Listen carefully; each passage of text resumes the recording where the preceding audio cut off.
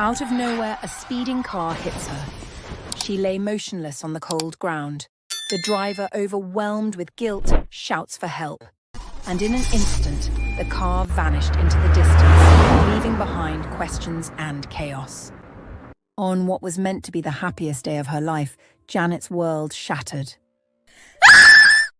Before we dive into this story, please consider subscribing to my channel, turning on the notification button, and letting me know where you're watching from in the comments section below. The room was quiet except for the faint ticking of the clock. Janet sat on the edge of her bed, staring out of the window at the bustling city below.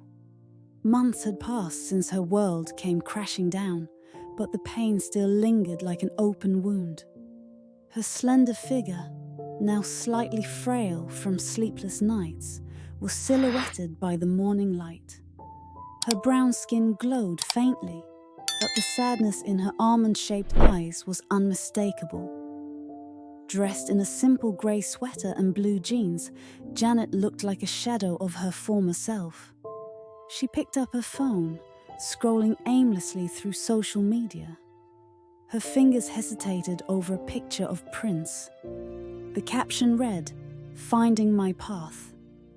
Her stomach churned and she quickly locked the screen. How could someone who had shattered her heart so thoroughly move on so easily? The thought of Prince, her half-brother, still haunted her. The betrayal of discovering his infidelity with her own mother, Patricia, coupled with the revelation of their shared parentage, had left her reeling. The sound of the doorbell snapped Janet back to reality. She hesitated for a moment before dragging herself to the door. Opening it, she was surprised to see her father, Festus. His tall frame filled the doorway, his dark skin glistening slightly from the morning heat. He wore a simple white shirt and brown trousers, his face tired but determined. "Janet," Festus said softly, his voice filled with concern. "How are you holding up?" Janet shrugged, stepping aside to let him in. "I'm surviving, Dad," she replied, her tone flat. She gestured for him to sit on the couch. Festus sat down, his brows furrowed. He looked around the modest apartment. The once vibrant space now felt cold and lifeless. "You're not eating enough," he remarked, noticing the untouched plate of food on the dining table. "You have to take care of yourself, Janet." She folded her arms, leaning against the wall. "It's hard to focus on that when everything in my life feels broken," she admitted. Her voice cracked slightly, but she quickly composed herself. Festus sighed deeply, rubbing his temples. "I know it's been tough, but you're stronger than this. You've always been resilient." Janet scoffed. "Resilient? Dad, my mother betrayed me. The man I loved turned out to be my brother. And now I don't even know who I am. How does anyone bounce back from that?" Festus looked at his daughter, his heart aching for her. "Janet, I've made mistakes too. I trusted Patricia when I shouldn't have. But you can't let her actions define you. You're more than the pain she caused." Tears welled up in Janet's eyes, but she refused to let them fall. "I just don't know where to start, Dad. Everything feels empty." Festus reached out, placing a reassuring hand on her shoulder. "Start by forgiving yourself, Janet. You didn't deserve any of this, but holding on to the pain will only hurt you more." Before Janet could respond, her phone buzzed on the coffee table. She glanced at the screen. It was a message from Chief John. Her heart sank as she opened it. "Janet, I know things are complicated, but I'd like to talk. Please let me know when you're ready." She stared at the message, her mind racing. She hadn't spoken to Chief John since the DNA test confirmed he was her biological father. The thought of facing him stirred a mix of anger and curiosity. "Who's that?" Festus asked, noticing her hesitation. "Chief John," Janet replied, her voice barely above a whisper. "He wants to talk." Festus's jaw tightened, but he nodded. "Maybe you should. Avoiding him won't change anything." Janet sighed, setting the phone down. "I'm not ready, Dad. Not yet." Festus didn't push her. Instead, he stood up, walking over to the window. "I'll be here for you, Janet. Whatever you decide, you won't face it alone." As the morning wore on, Janet found herself reflecting on her father's words. She wasn't ready to forgive, but perhaps she could take the first step toward understanding. Her life was in pieces, but maybe, just maybe, she could start putting it back together. The sun had dipped low in the sky, casting long shadows across Janet's apartment. She sat curled up on her couch, a warm cup of tea in her hands, staring at the faintly glowing screen of her phone. Chief John's message still lingered in her mind. She hadn't replied, but his words haunted her. How could she face the man whose presence symbolized both the truth and the lies that had unraveled her life? A knock on the door startled her. Janet hesitated, her pulse quickening. She wasn't expecting anyone. Setting her mug down, she padded softly to the door and peeked through the peephole. Her heart sank as she saw Patricia standing there, her face weary and lined with guilt. Dressed in a modest Ankara gown and matching headscarf, Patricia looked older than her years. Her once vibrant presence now seemed diminished. "Janet," Patricia called softly, her voice muffled through the door. "Please, can we talk?" Janet's hands trembled as she unlocked the door, but didn't open it fully. She stood in the doorway, her posture stiff and guarded. "What do you want?" she asked, her voice cold. Patricia's lips quivered, and tears threatened to spill from her tired eyes. "I needed to see you.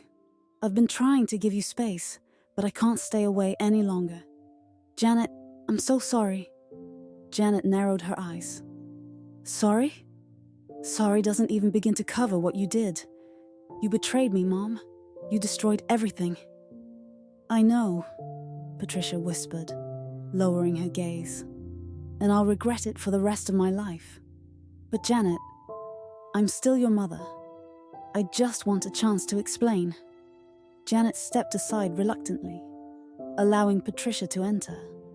The older woman walked in hesitantly, her eyes scanning the familiar space.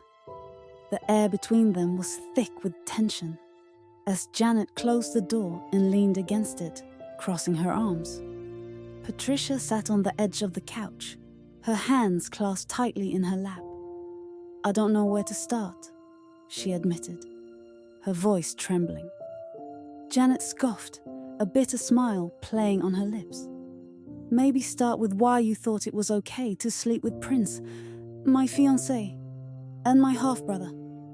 Patricia flinched as though struck. "It wasn't okay, Janet. Nothing about it was okay," she said quickly. "I was weak. I let my emotions cloud my judgment. I didn't think." "You didn't think?" Janet snapped, her voice rising. "You didn't think about me? About Dad? About the fact that you were tearing our family apart?"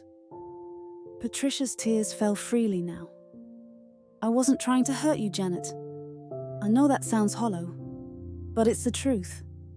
I made terrible choices, and I'll carry that shame forever." Janet shook her head, pacing the room. "Shame doesn't fix anything, Mom. It doesn't undo what you did." "I know," Patricia said, her voice breaking. "But I want to make things right, if that's even possible. Please, Janet, let me be there for you." Janet stopped pacing, turning to face her mother. "Be there for me? You can't just waltz back into my life and act like things can go back to normal." "I don't expect that," Patricia said, standing up slowly. "But I want to try. Janet, you're my daughter. I love you." Love?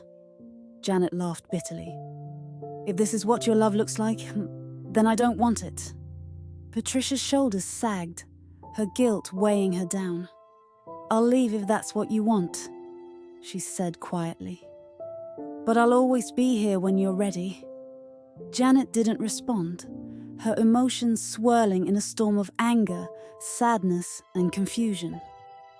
Patricia hesitated before making her way to the door. As she reached for the handle, she turned back. For what it's worth, Janet, I'm proud of you. You're stronger than you think. With that, Patricia left, leaving Janet alone with her thoughts. The apartment felt heavier in her absence, the air thick with unresolved tension. Janet sank back onto the couch, covering her face with her hands. Her mother's visit had dredged up emotions she wasn't ready to confront. As much as she hated to admit it, a part of her still longed for the connection they once shared.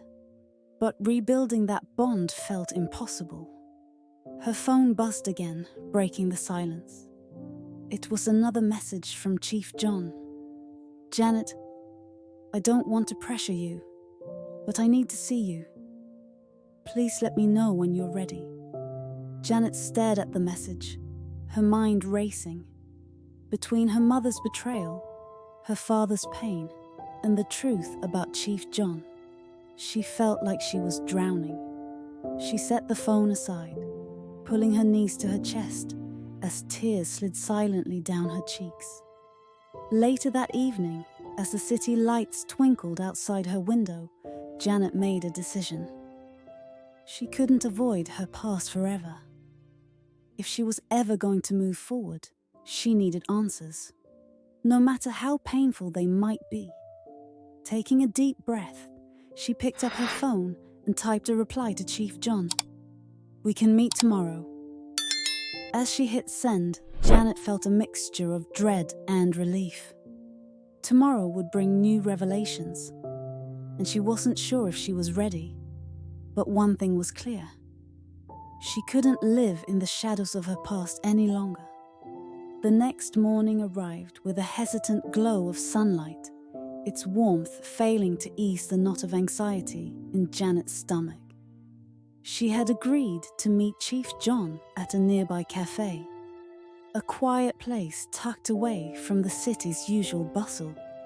Her hands trembled slightly as she slipped on a simple blue blouse and dark jeans, tying her braided hair back into a neat ponytail.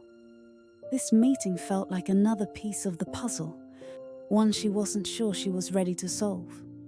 The cafe was modest, with wooden tables and large windows overlooking a street lined with trees.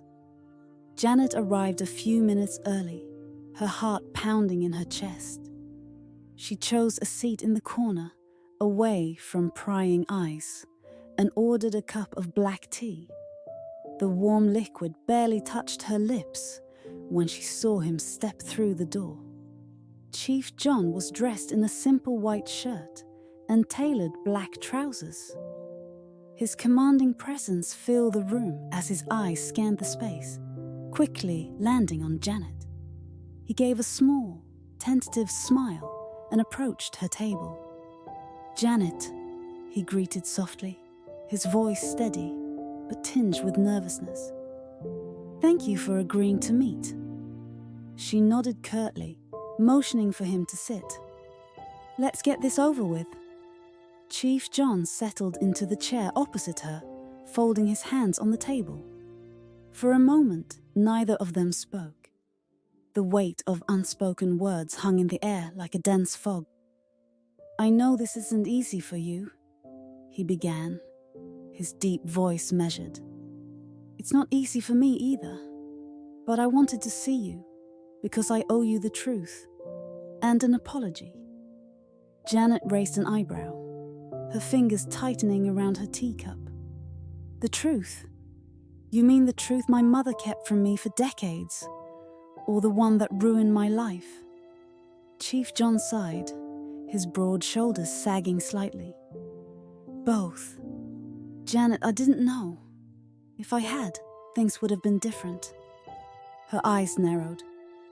You expect me to believe that? That you had no idea my mother was carrying your child? I didn't, he said firmly, his gaze meeting hers. Patricia and I had a brief relationship before she met your father. She told me we were over and moved on. I had no reason to believe that there was more to it. Janet leaned back, crossing her arms. So you're saying my entire existence was an accident?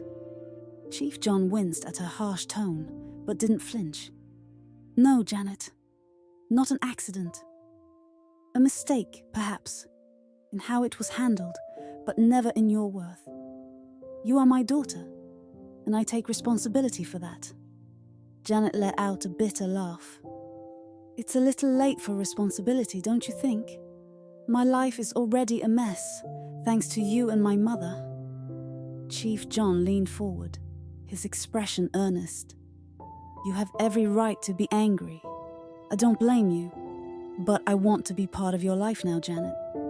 I want to help you rebuild. Her eyes flickered with uncertainty. Help me rebuild? How? By throwing money at me? By pretending we're some happy family? No, he said firmly. By being there for you in the ways I should have been from the beginning. I can't undo the past, but I can try to make the future better. Janet stared at him, her emotions warring within her. Part of her wanted to lash out, to scream at him for the pain his absence had caused. But another part, the part that longed for stability and answers, hesitated. I don't know if I can do this, she admitted, her voice cracking. I don't know if I can just let you into my life. Chief John nodded solemnly. I understand, and I won't push you, but I'm not going anywhere, Janet. Whether you accept me or not, I'll always be here.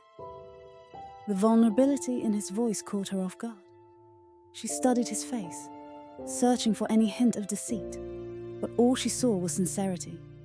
It unsettled her. Why now? She asked softly. Why do you care now, after all this time? Because I didn't know, he repeated, his voice heavy with regret.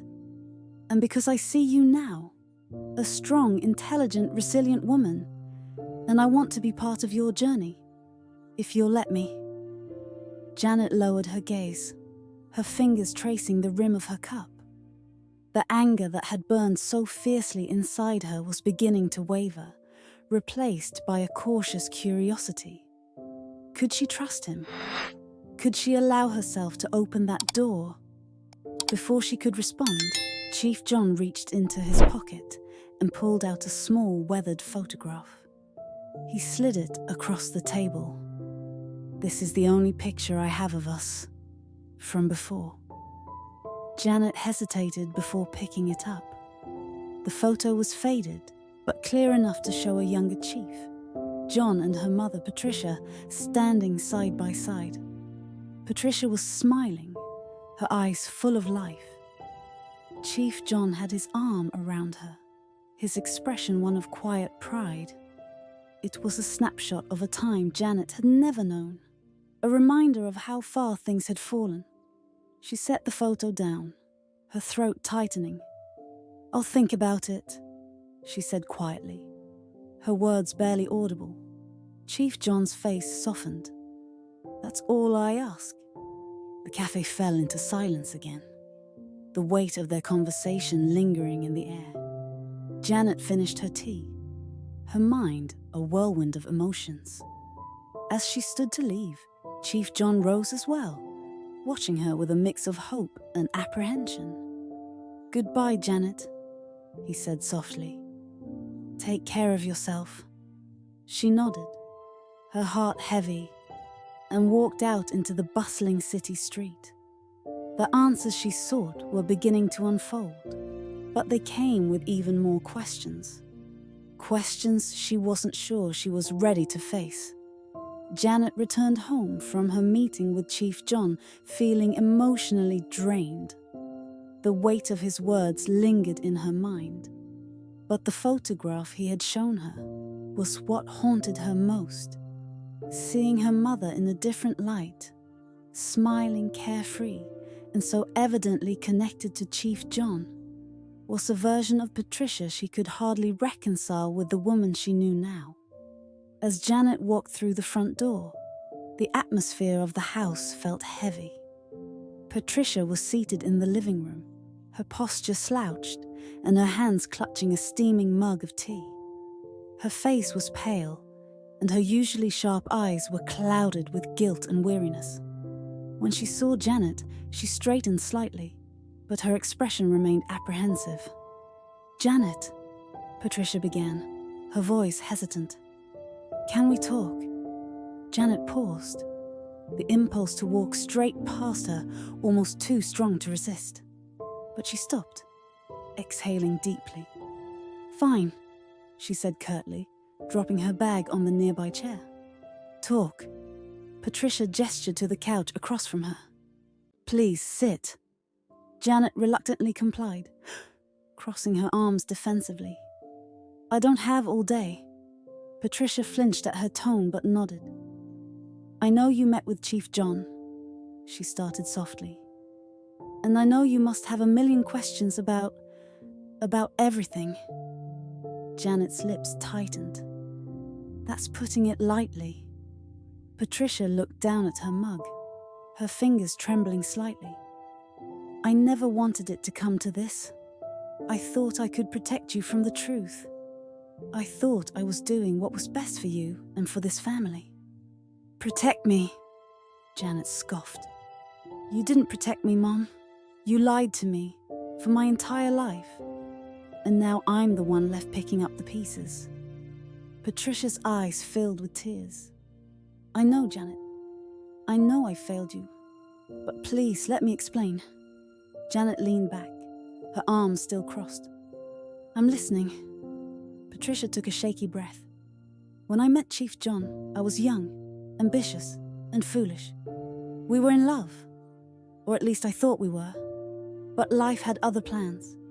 He was already moving in different circles, focused on his business and responsibilities. When he told me it was over, I was devastated." She paused, wiping a tear from her cheek. "Then I met your father, Festus. He was kind, stable, and ready to settle down. I didn't tell him about John. I didn't think it mattered. But when I found out I was pregnant, I panicked. I didn't know what to do." Janet's jaw clenched. "So you lied? To everyone?" Patricia nodded, her guilt etched deeply on her face. "Yes, I lied. I told Festus the baby was his, and he believed me. I thought I could bury the past and give us a fresh start. And for a while I did. Festus loved you, Janet. He still does.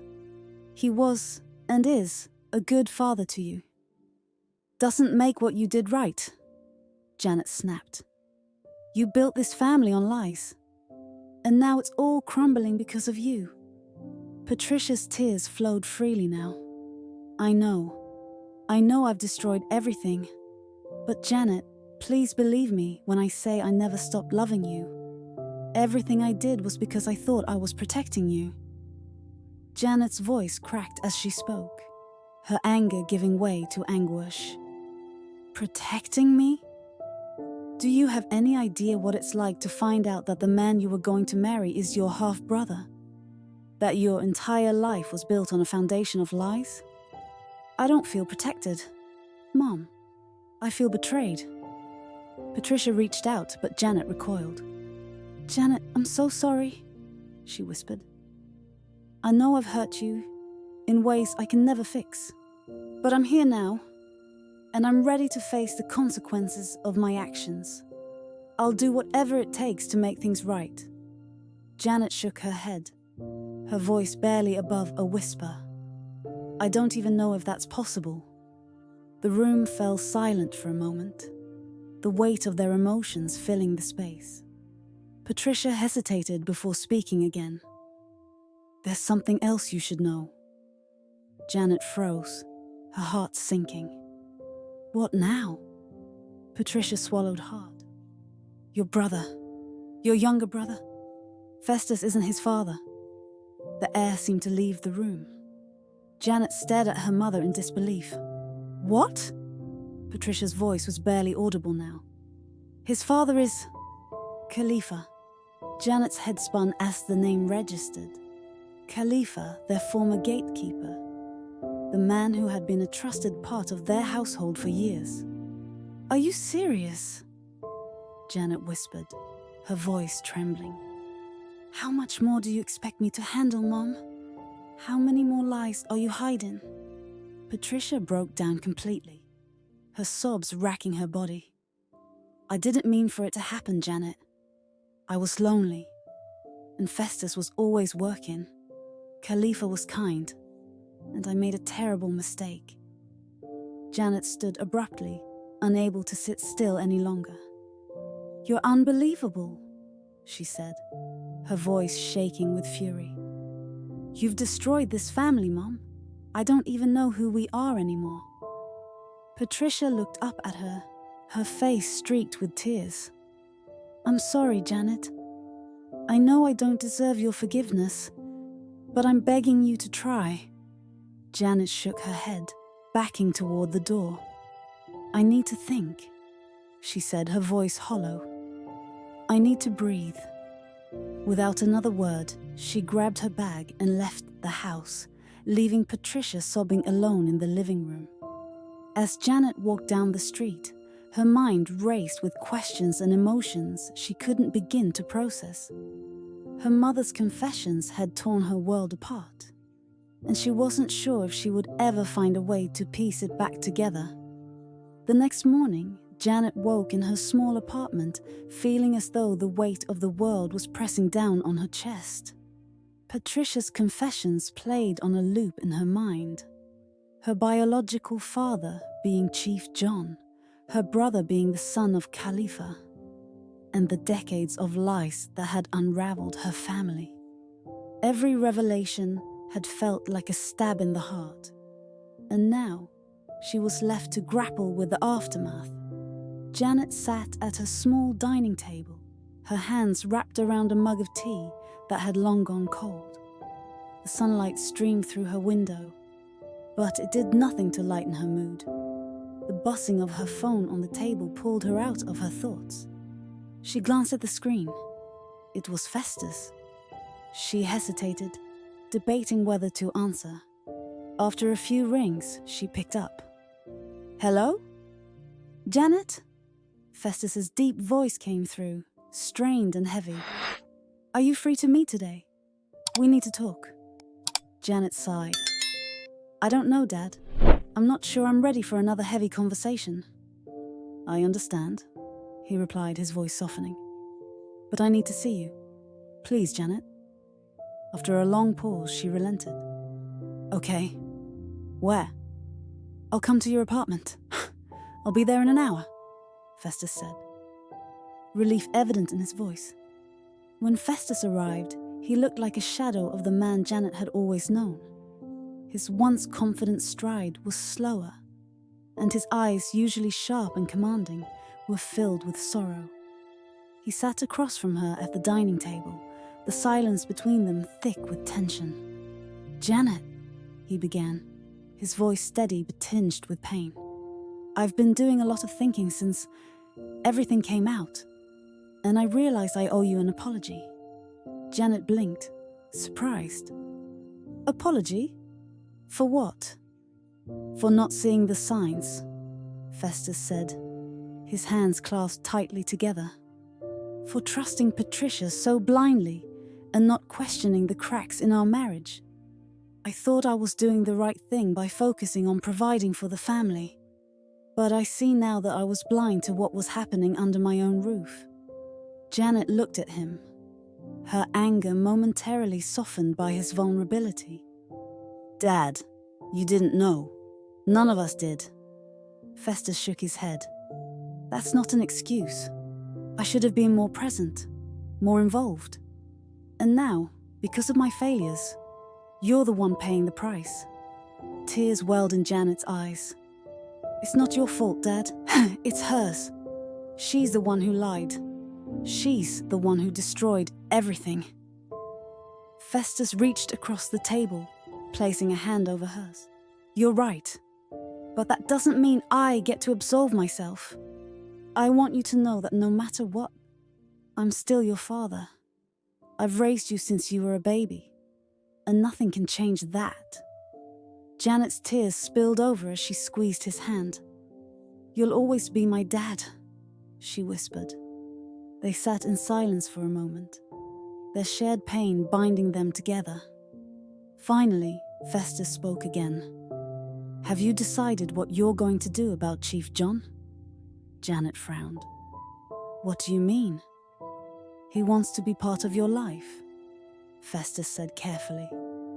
But that's your decision to make. You don't owe him anything. Janet nodded, her thoughts swirling. I don't know what I want. Part of me wants to get to know him, but another part of me feels like it's too late. He wasn't there when it mattered most. Festus gave her a small, understanding smile. Whatever you decide, I'll support you. Later that day, Janet found herself standing outside Chief John's office building. She hadn't planned to come, but her conversation with Festus had planted a seed of curiosity that she couldn't ignore. Taking a deep breath, she stepped inside and asked the receptionist to let him know she was there. Minutes later, Chief John appeared, his face lighting up with a mix of surprise and hope. Janet, he said warmly. I wasn't expecting you. I didn't plan to come, she admitted. But I realized there are things I need to understand. He nodded. Of course. Please come in. They sat in his spacious office, the walls lined with bookshelves and framed photos of him with various dignitaries. Janet couldn't help but notice the contrast between his life and hers. He had lived a life of success and influence, while she had struggled to piece together the remnants of her family's lies. Why didn't you fight for me? Janet asked bluntly, her voice trembling. If you loved my mother, why didn't you stay? Why didn't you know about me? Chief John leaned forward, his expression pained. Janet, I was a young man trying to build an empire. Your mother and I, we were in love, but we were also naive. When she told me it was over, I believed her. I didn't know she was pregnant. If I had known, things would have been different. Janet looked away, her emotions a whirlwind. It's hard to reconcile the man you are now with the man who abandoned us.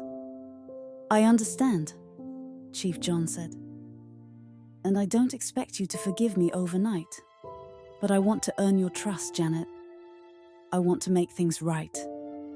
Janet stood, her heart heavy. I don't know if that's possible, but I'll think about it.